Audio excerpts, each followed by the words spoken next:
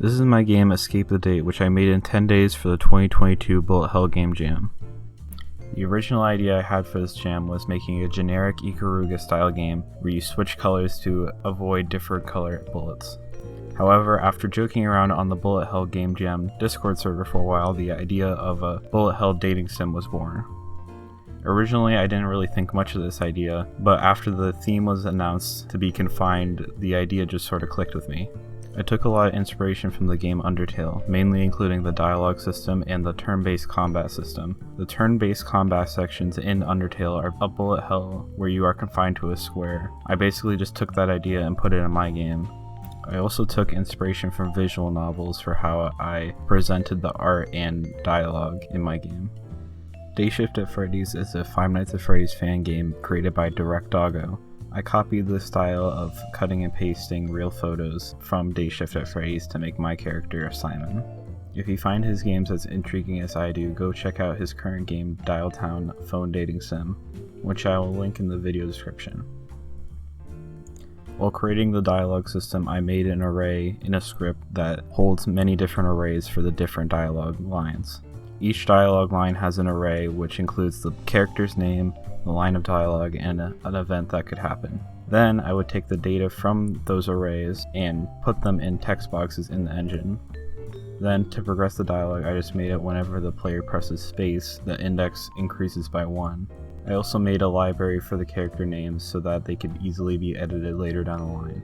This was honestly really fun to learn how to make, and I've been toying with the idea of making a tool with Godot to make visual novel style games easier to make in the future. The player box and projectiles were really simple to set up.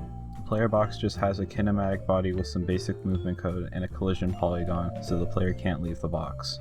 The projectiles simply have a script to tell them to move forward whenever they are spawned by an event.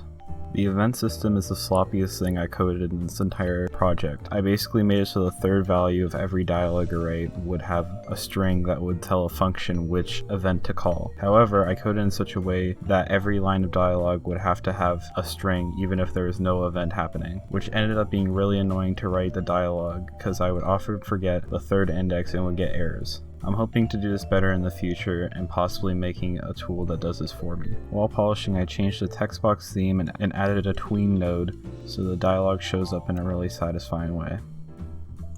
I also added music and sound effects, which really help with the game feel during development. I definitely learned with this project that adding music and sound really adds to the experience of playing the game, and I remember this when making my next game.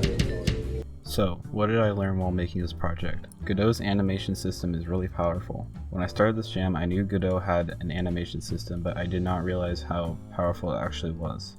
You can add an animation player node to your scene and create a new animation. Select a different node to animate and choose any attribute to animate, which is really powerful, and I will definitely be using this more in my projects moving forward. Also, Godot in general just really works well with me. All the fundamental elements of how to make games are starting to get more ingrained in my brain the more I make games with it. Arrays and dictionaries are super powerful. They can store all kinds of data and make it really easy to reference. Lastly, and probably most importantly, I learned that making games that you are personally passionate about is one of the most important things to making games. I used to spend so much time thinking of ideas that I thought other people would like, and I was never personally interested in making those games. I just wanted to do that because I thought that's what other people would like. I realized while making this game that I just made what I wanted to make, and it really helped me stay motivated and finish this game. This was honestly a really fun and educational experience, and I'm really glad that I participated in this jam.